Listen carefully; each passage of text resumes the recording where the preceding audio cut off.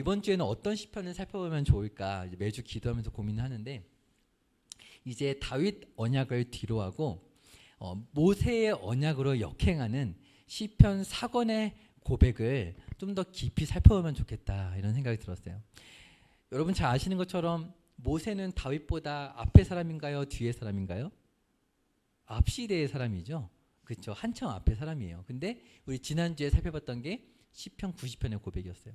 이 4권의 문을 열었던 이 모세의 고백, 그리고 이제 4권에서 주목해서 묵상할 것들이 여러 가지가 있는데, 어째서 이 다윗에서 모세로 역행하면서 이 4권이 흘러가고 있을까, 이런 묵상을 이제 하게 되었습니다. 이 시간을 역행하는 전개가 참 깊은 메시지를 담고 있어요. 하나님 나라에 관해서 하나님께서 약속을 주셨던 그 신의 산의 현장으로, 모세와 함께 있었던 그 현장으로 거슬러 올라갑니다. 창조주 하나님의 통치는 영원 전부터 견고했다라는 것을 시편 90편에서 모세는 선포하고 있어요. 아침에 베푸시는 잠깐의 은혜만으로 일생을 만족하게 하실 수 있는 하나님에 대해서 모세는 고백했었죠. 우리를 사랑하시기에 그 하나님께서는 한 번의 은혜로 끝나지 않으시고 날마다 만나주시죠. 신의 산에서 임재하셨습니다. 그 장면 다 기억하시죠?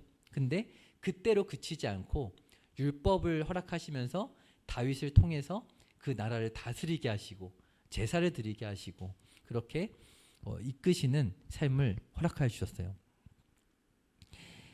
그런데 그 다윗 언약이 와르르 무너지는, 이스라엘이 멸망하는 일이 이스라엘 백성들에게 일어나고 말았죠. 그렇게 시편의 1권과 2권이 지나고 3권이 그 무너진 상황 가운데 불려진 노래라고 했습니다.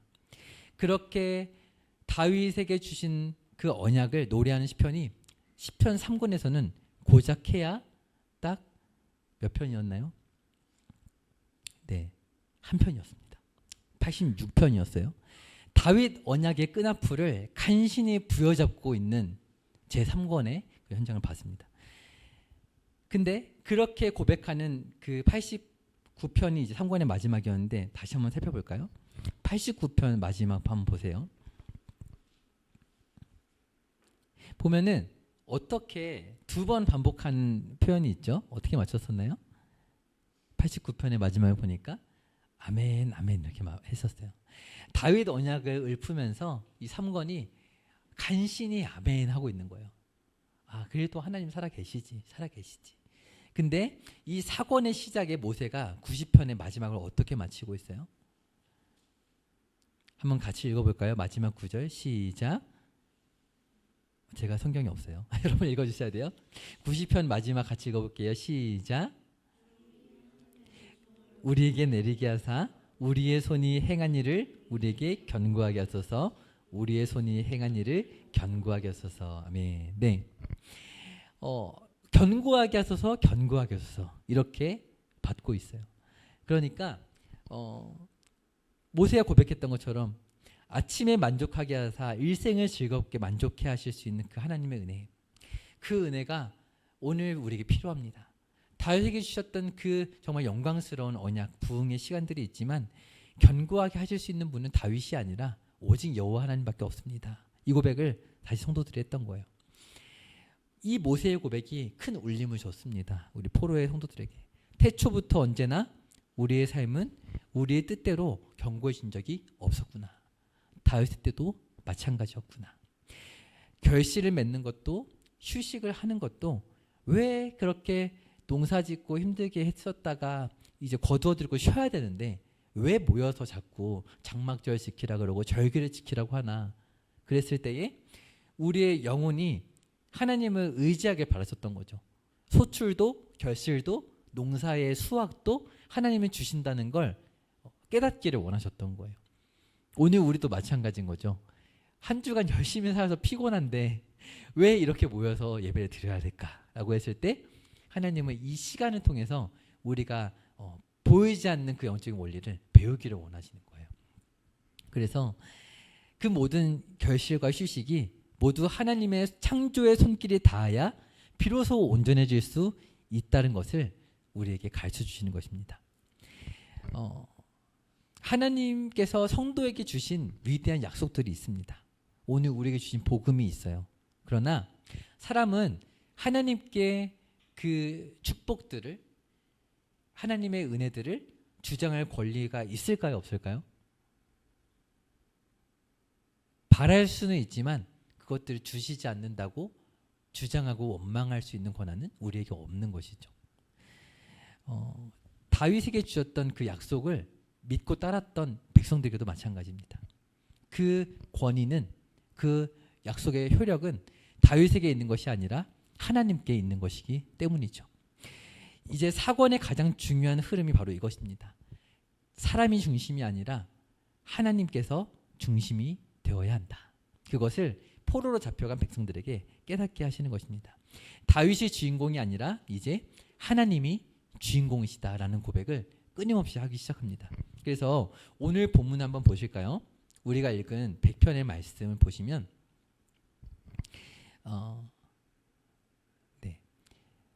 4절의 말씀 같이 읽어보겠습니다. 시작. 감사함으로 그의 문에 들어가며 찬송함으로 그의 궁정에 들어가서 그에게 감사하며 그의 이름을 송축할지어다. 아멘. 네. 감사함으로 그의 문에 들어가며 송축할지어다. 그의 이름을 송축할지어다. 이렇게 하고 있어요. 그리고 표제를 보시면은 표제가 있나요, 없나요? 없죠. 이것이 사권의 주요 특징이에요.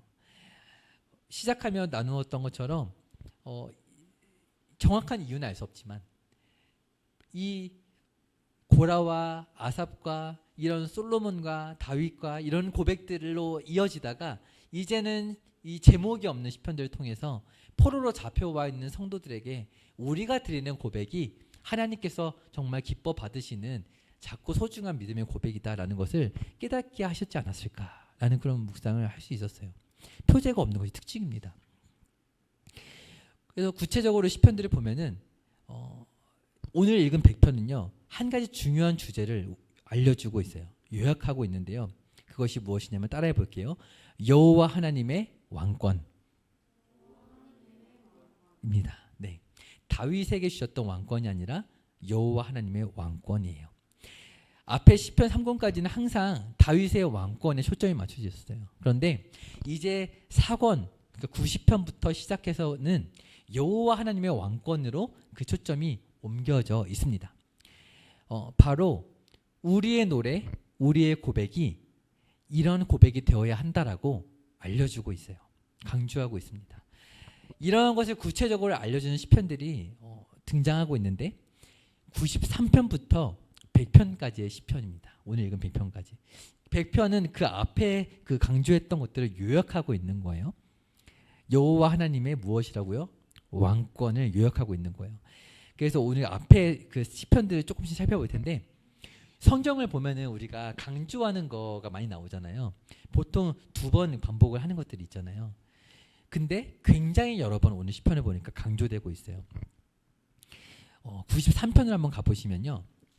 자, 우리 93편 1절부터 2절의 말씀을 같이 읽어보면 좋겠습니다. 자, 힘있게 읽어보겠습니다. 시작. 여호와께서 다스리시니 스스로 권위를 입으셨도다. 여호와께서 능력의 옷을 입으시며 띠를 띠셨으므로 세계도 견고히 서서 흔들리지 아니하는도다. 주의 보좌는 예로부터 견고히 섰으며 주는 영원부터 계셨나이다. 아멘. 어때요? 모세의 90편의 고백을 더 심층적으로 깊이 있게 고백하고 있어요. 여기서 1절에 서두에 나오는 이 고백이 중요한 포인트인데요. 여호와께서 다스리시니입니다. 원어를 보니까 아도나이 말라크라는 원어인데요. 이것이 93편부터 99편까지 등장하고 있어요. 그래서 주가 다스리신다는 표현이 등장해서 여호와의 왕권 시편이라고 성경학자들은 불러요. 계속하게 반복하는 거예요. 주가 다스리신다라는 표현이고 직역하면은 여호와가 왕이시다라고 해석할 수도 있어요. 이 왕이라고 표현하는 이 표현은요. 앞에 3권까지만 봐도 기름 부음 받은 자라는 표현으로서 다윗을 떠올리게 하는 그런 표현이었어요. 3권까지는 항상 그렇게 연결됐거든요. 근데 이제 어때요? 그 다윗의 왕권이 무너졌죠. 그런 상황 속에서 이제는 그것이 다윗이 아니라 여호와 하나님께 다 링크가 되는 거예요. 그래서 무너지지 않는 왕권으로서 여호와 하나님의 왕권을 사권은 노래하고 있습니다. 다윗에게 주신 왕권이 무너졌다 하여도 여호와 하나님의 왕권은 무너지지 않는다라는 것이 오늘 100편의 핵심이고 사권의 핵심이에요. 그래서 94편도 보시면은 94편과 95편에는 이 아도나이 말라크라는 말이 안 나와요. 그런데 그 여호와 하나님의 왕권의 결과에 대해서 노래하고 있어요. 뭐냐면 심판입니다. 심판. 일단 94편을 보실까요? 우리 94편 1절부터 2절 같이 읽어보겠습니다. 시작. 여호와여 복수하시는 하나님이여 복수하시는 하나님이여 빛을 비추어 주소서. 세계를 심판하시는 주여 일어나사 교만한 자들에게 마땅한 벌을 주소서. 아멘. 빛을 비추어 주소서라고 그렇게 노래하고 있어요. 어떤 빛일까요? 교만한 자들에게 마땅한 벌을 내려주시는 공의의 빛을 비추어 주소서라는 거예요. 세상에 악인이 정말 잘 살아가고 있는 것들을 봤을 때 하나님께서 심판해 주셨으면 좋겠습니다 라는 고백을 하고 있는 거예요. 그러면서 하나님의 통치를 그렇게 노래하면서 95편도 보시면 100편과 비슷한 시편의 고백이 나오는데 1절 한번 읽어볼까요? 95편 1절입니다. 시작. 오라 우리가 여호와께 노래하며 우리의 구원의 반석을 향하여 즐거이 외치자. 네, 구원의 반석을 향하여 즐거이 외치자. 그리고 95편 6절 보면 또 똑같이 고백하죠. 오라 우리가 굽혀 건배하며 우리를 지으신 여호와 앞에 무릎을 꿇자. 그러면서 7절에 보니까 그는 우리의 하나님이시요 우리는 그가 기르시는 백성이며 그의 손을 돌보시는 양이기 때문이라. 너희가 오늘 그의 음성을 듣거든 마음을 완악하게 하지 말지어다. 어때요? 100편과 되게 비슷하죠. 이런 고백이 계속 강조돼서 반복되는 거예요. 오라 우리가 구원의 반석을 향하여 외치자. 여호와께 무릎을 꿇자. 무슨 고백인가요? 단순히 죽어서 받은 구원뿐 아니라 우리를 지으신 하나님께 우리의 존재를 드리며 살아가자라는 고백을 하고 있어요. 여러분 이런 고백 들을 수 있으신가요? 이런 고백 들으며 살고 계신가요? 아담과 하와의 범죄로 창조주이신 하나님을 대적하는 악인들이 이 땅에 생겨납니다. 우리 창세기 보면 그런 역사가 나와 있잖아요. 가인과 아벨 기억나시죠? 가인이 그렇게 살인하고 범죄하잖아요. 그런데 그런 악인의 세력들이 있는가 반면에 또 의인의 계보가 계속해서 창세기엔 등장하거든요. 여러분은 어느 계보에 속해 계신 것 같으신가요? 우리는 어디에 속해 있을까요? 어떻게 우리가 의인의 계보에 속해 있다면 어떻게 의인의 계보에 속했다고 확신할 수 있을까요? 우리 95편 7절로 8절 한번 보실까요? 네, 이렇게 고백하죠. 그는 우리의 하나님이시요 우리는 그가 기르시는 백성이며 그의 손을 돌보시는 양이기 때문이라. 너희가 오늘 그의 음성을 듣거든 너희 마음을 완악하게 하지 말지어다. 다윗의 왕권을 주시기 전에 시내산에서 여호와라는 이름을 처음 주셨던 그때 그 광야에서의 시간에 대해서 시편은 노래하고 있어요. 오늘 우리에게 하나님의 이름을 다시금 기억하고 다시금 배우라라는 메시지를 오늘 시편은 우리에게 주고 있습니다. 달리 말하면 우리에게 자신을 나타내 보여주셨던 여호와라는 이름을 자신의 백성들에게 주셨던 그 하나님을 우리가 다시 한번 기억해야 한다라는 것입니다. 여호와라는 이름을 우리에게 주셨다는 것. 그는 우리의 하나님이시요. 오늘 우리가 이렇게 고백할 수 있는가? 내 삶에 내가 이해할 수 있는 방식으로 찾아오셨던 그 하나님. 여러분이 알고 있는 하나님은 어떤 분이신가요? 이 시간에 한번 잠잠히 떠올려 봤으면 좋겠어요. 이스라엘 백성들에게 그 시내 산에서 여호와라는 이름을 주셨던 하나님이 계세요. 우리에게 찾아오신 하나님도 같은 분이시죠. 근데 그 여호와라는 이름은, 오늘 시편의 고백은 그냥 지식적으로 그 하나님을 알라는 것이 아니라 내 인생에 그렇게 자신의 이름을 나타내신 하나님을 우리가 노래해야 한다라는 고백인 것이죠. 여러분의 삶에는 하나님께서 어떻게 찾아오셨나요?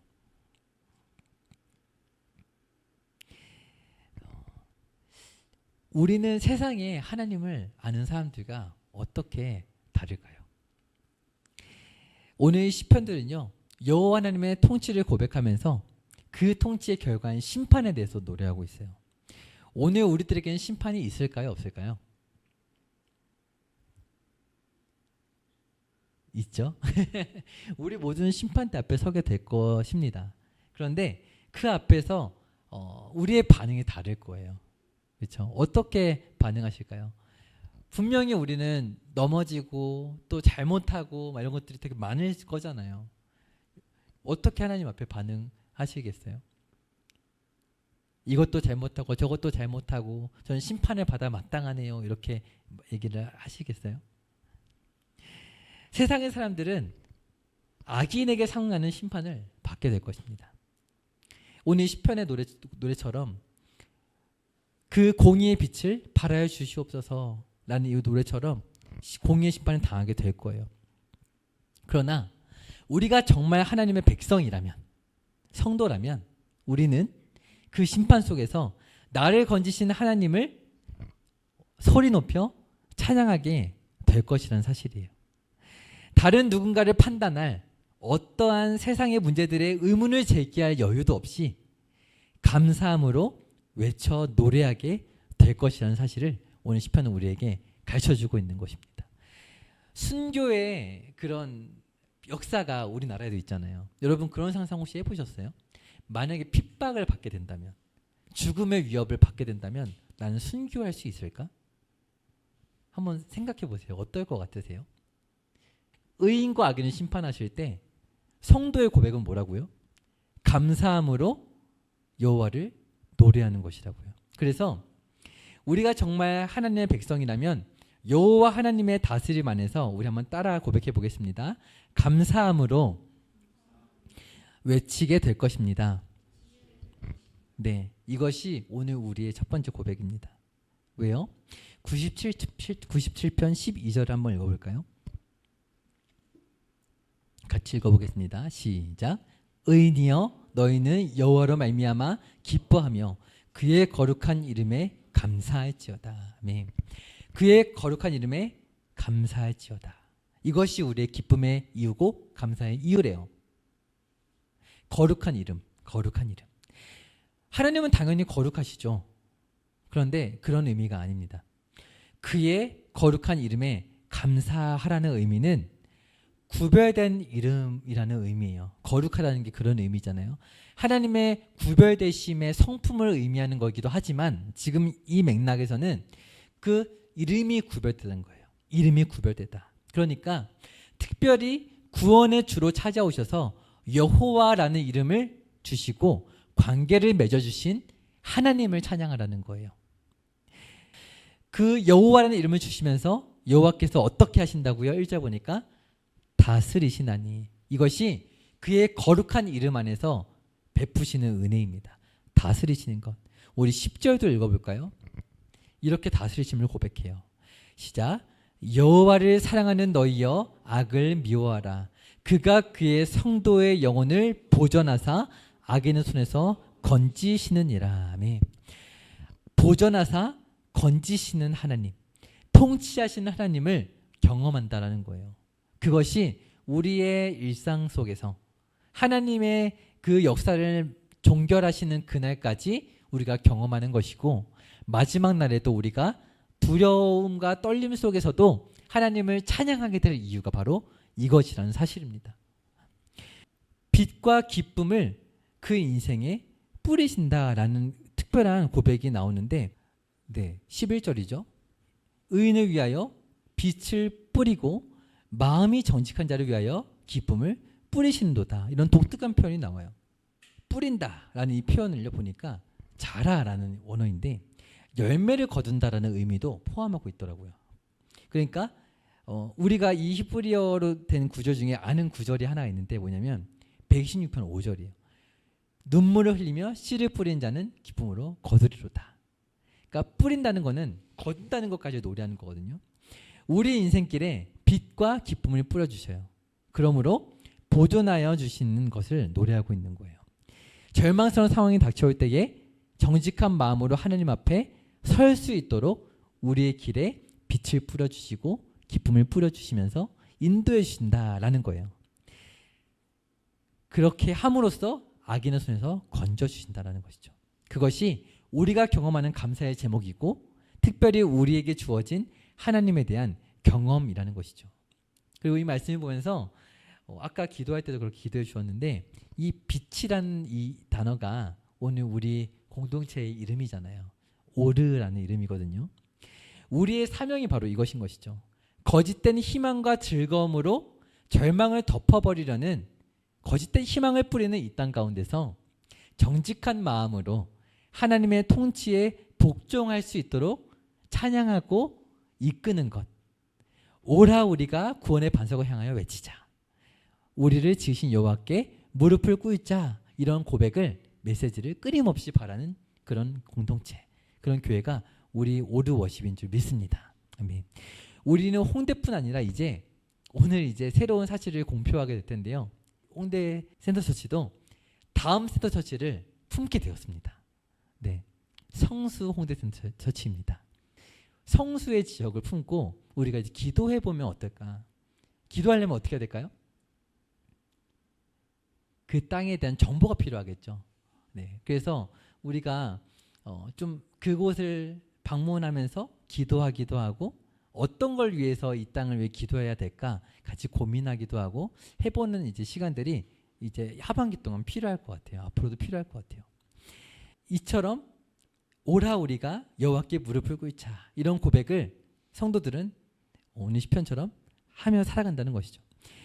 오늘 시편에 보니까 독특한 점이 한 가지 더 있는데 우리가 지금 97편 이렇게 살펴봤잖아요. 이 97편은요 99편과 페어가 되어 있습니다. 딱 지어져 있어요. 더 깊은 고백으로 이어지는데 보존하시고 건지시는 하나님 어떤 방편을 통해 그렇게 하실까? 우리 99편 1절 같이 읽어볼까요?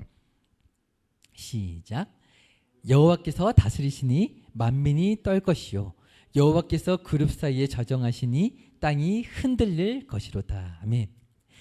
여호와께서 다스리시니 똑같이 고백하고 있죠. 만민이 떨 것이요 저정하시니 땅이 흔들릴 것이다. 임재하신다는 거 노래예요. 어디에 임재하시나요? 2절에 보니까 시온에 임재하십니다. 그리고 그 하나님이 어떤 분이신가요? 죄와 흠이 없으시다라고 이렇게 노래하고 있어요. 3절, 5절 같이 읽어볼까요? 3절입니다. 시작. 주의 크고 두려운 이름을 찬송할지니 그는 거룩하심이로다. 너희는 여호와 우리 하나님을 높여 그의 발등상 앞에서 경배할지어다. 그는 거룩하시도다. 아멘. 여기서의 거룩하심은 정말 거룩하신 성품을 의미하는 거예요. 그리고 6절에 보니까 세 사람과 함께 등장합니다. 누군가요? 모세, 아론, 사무엘이 그 임재 가운데 있다라고 노래하고 있어요. 상징적인 세 인물입니다. 이제 더 이상 다윗이 아니라 그 이전의 인물들 누구예요?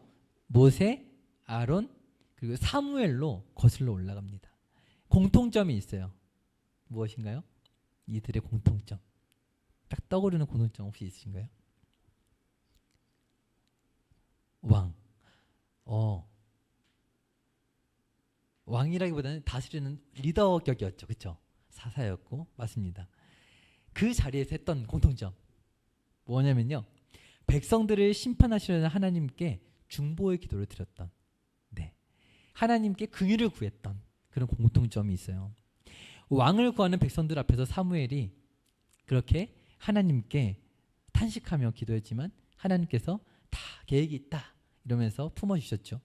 모세와 아론은 금송아지를 만든 그런 백성들 앞에서 하나님의 심판 앞에서 하나님께 긍휼을 구하면서 하나님께 기도했었던 그런 인물들이에요. 우리 99편 8절에 보면은요 이렇게 노래하죠. 주께서는 그들에게 어떻게 하셨다고요? 응답하셨고 그들의 행한 대로 갚기는 하셨으나 어떻게 하셨어요? 그들을 용서하신 하나님이셨습니다. 무엇을 근거로 한 용서였을까요? 진짜로 용서하셨거든요. 지금 포로기에 끔찍한 심판을 받고 있는 이스라엘 백성들에게 이 사실이 굉장히 중요합니다. 심판하긴 하셨으나 용서하셨어요. 그 근거가 무엇이었을까요? 공의로우신 하나님은요 그냥 넘어가면 될까요? 안 될까요? 안 되겠죠. 그런 공의롭지 않은 거잖아요. 하나님은 심판하셔야만 했습니다. 그런데 행한 대로 갚기는 하셨으나 심판하기는 하셨으나 하나님의 백성으로서 받아들여 주신 근거가 무엇인가요? 바로 앞으로 오실 메시아입니다. 모든 하나님의 진노를 몸소 담당하시고 대신 징계를 받으셔서 우리를 구원하실 메시아에 대하여 구약의 선지자들이 노래했잖아요. 예언했잖아요. 그 메시아를 근거로 용서해 주신 것이죠. 그 메시아가 누구셔요? 바로 예수 그리스도이십니다. 그렇기에 우리 99편 9절을 보니까 이렇게 노래해요. 읽겠습니다. 시작. 너희는 여호와 우리 하나님을 높이고 그 성산에서 예배할지어다. 우리 하나님은 거룩하심이로다. 아멘.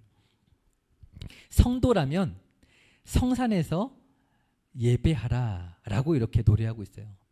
이곳이 어디일까요? 아까 시온이라고도 고백했는데 시온, 성산 어디일까요? 지금은 포로기가 한창 지난 시점이에요. 이미 솔로몬의 성전, 시온, 그 성산 예루살렘이거든요. 그곳은 이미 황폐해졌습니다. 무너졌어요. 그러므로 여기서 말하는 시온 성산은 다윗에게 주신 성전을 넘어서는 어떤 다른 곳을 의미하는 거예요. 바로 하나님의 왕권 아래 통치하시는 하나님의 임재가 있는 곳인데요. 예수님께서 말씀하셨죠. 사마리아 여인이 도대체 어디서 예배해야 됩니까? 나는 여기서 이제 이 예루살렘 곁에서 예배하고 있는데 틀린 것입니까? 이렇게 고백했을 때 어떻게 말씀하세요? 이곳에서도 아니고 저곳에서도 아니고 아버지께 참되게 예배할 때가 오나니 곧 이때라. 아버지께 참되게 예배한 자는 영과 진리로 예배할지니라. 이렇게 말씀하셨어요. 우리를 백성 삼아주셔서 여호와라는 이름을 주신 하나님, 우리를 자녀 삼아주셔서 아바 아버지라고 고백할 수 있게 해주신 하나님, 그 거룩하신 하나님께 예배드리는 바로 이곳이 성산이고 거룩한 곳이라는 것을 오늘 시편은 우리에게 가르쳐주고 있는 것이죠. 우리가 정말 하나님의 백성이라면 우리는 그 심판 속에서 나를 건지신 하나님을 소리 높여 찬양하게 될 것입니다. 다른 누군가를 판단할 여유가 없고 우리는 하나님을 노래하게 될 텐데, 우리 두 번째로 함께 고백해 볼게요. 어떻게 고백하게 될 것인지. 새 노래로 찬양하게 될 것이다. 네, 그것이 여호와의 다스림 안에 하게 될 고백입니다. 우리 96편을 보실까요? 신기하게도 이 96편은요 98편이랑 페어링이 되어 있어요. 우리 96편 1절 같이 읽어볼까요? 시작. 새 노래로 여호와께 노래하라. 온 땅이여 여호와께 노래할지어다. 네, 새 노래로 노래하라. 온 땅이여 노래하라 했어요. 98편 1절도 한번 보시겠어요? 이렇게 노래해요. 시작. 새 노래로 여호와께 찬송하라. 그는 기이한 일을 행하사 그의 오른손과 거룩한 팔로 자기를 위하여 구원을 베푸셨음이로다. 아멘. 96편은 98편과 같이 이렇게 읽을 수 있는데, 새 노래로 노래할지어다 찬송하라 하면서 10절 한번 보시겠어요? 96편 10절에 보니까 여호와께서 다스리신다라는 표현이 등장하고 있습니다. 왜 새 노래로 찬양할 수밖에 없는가? 98편 1절을 보니까 기이한 일을 행하셨기 때문이다라는 거예요. 여호와께서 다스리시는데 기이한 일을 행하셨기 때문이다. 무엇이 기이한 일인가? 말씀해 보니까 이스라엘을 통해 땅끝까지 하나님의 구원이 전파되게 하셨다라는 거예요. 이스라엘이 잘해서가 아니었죠. 이스라엘은 불순종에서 넘어지게 되었잖아요. 멸망하게 되었잖아요. 하나님이 인자를 베푸셨다라고 기억해요. 98편 3절을 보시면 같이 한번 읽어볼까요? 98편 3절인데요. 읽겠습니다. 시작. 그가 이스라엘의 집에 베푸신 인자와 성실을 기억하셨으므로 땅끝까지 이르는 모든 것이 우리 하나님의 구원을 보았도다. 아멘. 인자, 하나님의 이 헤세드와 성실을 베푸셨고 그것을 기억하셨고 포기하지 않으셨기 때문에 이스라엘을 통해 땅끝까지 복음이 전해졌다라는 거예요. 그래서 96편과 98편에는 이 말이 반복되는데요. 바로 즐겁다라는 표현입니다. 우리 11절 볼까요? 96편 11절 보면은 이렇게 고백해요. 하늘은 기뻐하고 땅은 즐거워하며. 그리고 12절도 보니까 밭과 그 가운데 있는 모든 것은 어떻게 한다고요? 즐거워할지어다. 여호와 앞에서 즐거이 노래할지니. 98편도 보면은 4절에 온 땅의 여호와께 즐거이 소리칠지어다. 나팔과 호각 소리로 왕이시는 여호와께 즐겁게 소리칠지어다. 이것이 말세의 마지막 때에 성도들의 믿음의 증거라는 거예요. 오늘 그래서 제가 이 찬양들을 가지고 왔어요. 여호와께 나팔 소리로 찬양. 우리 나팔이 없잖아요. 근데 그렇게 찬양하는 거예요. 우리가 가진 모든 것들로 하나님을 찬양하는 것입니다. 그 이유가 무엇인가요? 네, 96편 13절을 보니까 이렇게 고백해요. 같이 읽겠습니다. 시작. 그가 임하시되 땅을 심판하러 임하실 것임이라. 그가 의로 세계를 심판하시며 그의 진실하심으로 백성을 심판하시리로다. 네, 그렇게 소리 높여 고백하는 것은 진실되고 공의로운 심판 때문이에요. 98편 9절에도 고백해요. 똑같아요. 심판하러 임하실 하나님. 의로 세계를 판단하시고 공평으로 심판하시리로다. 똑같이 노래하고 있죠. 그리고 96편에서 동일하게 예배의 장소에 대해서 이야기하고 있습니다. 우리 96편 6절부터 보시면 존귀와 위엄이 그의 앞에 있는데 능력과 아름다움이 어디에 있나요? 그의 성소에 있어요. 아니 이제 이 예배 드릴 수 있는 성소가 다 무너졌는데 어떻게 예배를 드리란 말인가요? 라고 했을 때 그곳에서 예배 드리는 것이 중요한 게 아니라 우리 살펴봤던 것처럼 시온의 대로가 있어서 하나님께 믿음으로 고백할 수 있다면 그곳이 곧 성소이다 라는 것을 여호와의 성소를 고백하고 있는 거예요. 그러면서 96편 7절도 우리 한번 같이 읽어볼게요. 7절입니다. 시작. 만군의 족속들아 영광과 권능을 여호와께 돌릴지어다. 여호와께 돌릴지어다. 만국의 족속들아, 바벨론에 있어도 페르시아가 되어도 어디에 로마에 있어도 신약에 와서도 그곳에서 여호와 하나님을 찬양할 수 있는 거예요. 포로로 잡혀와 있지만 96편 8절에 고백하죠. 예물을 들고 그의 궁정에 들어갈지어다. 궁정이 어느 궁정이에요? 바벨론의 궁정인가요? 그곳에 있을 수 있어요. 그러나 그곳에서 여호와의 성소로 찬양하며 들어가는 거예요. 오늘 우리가 이곳에서 연남동에 있지만 여호와의 궁정으로 들어갈 수 있는 거예요. 우리가 여호와 하나님, 거룩하신 하나님께 나아가는 바로 그곳이 여호와의 궁정, 여호와의 성소가 된다라는 사실입니다. 다윗의 성소가 아니라 여호와의 성소를 노래하고 있는 거예요. 오늘 이제 말씀을 마치면서 오늘 우리의 한 주에 이런 이 시편의 고백처럼 우리가 여호와의 왕권을 인정하면서 살아갔으면 좋겠습니다. 우리가 정말 이 말세에 성도로서 드러낼 수 있는 것이 무엇이 있을까? 그것이 무엇이라고요? 우리에게 나타나신 여호와라는 거룩한 이름이라고요. 나의 삶에 주셨던 그 여호와 하나님의 그 찾아오셨던 것이 오늘도 우리에게 경험되고 있는가? 그러한 은혜와 감격 가운데 더 깊은 하나님을 만나고 있는가? 그리고 그런 고백들이 오늘 하나님께서 나를 어떻게 심판하실까 두려워 떠는 것이 아니라 그 가운데 하나님이 나를 의롭다 하셨고 구원하신다고 소리 높여 고백할 수 있는 그런 주의 백성, 주의 성도가 되시기를 주님의 이름으로 축복합니다. 아멘.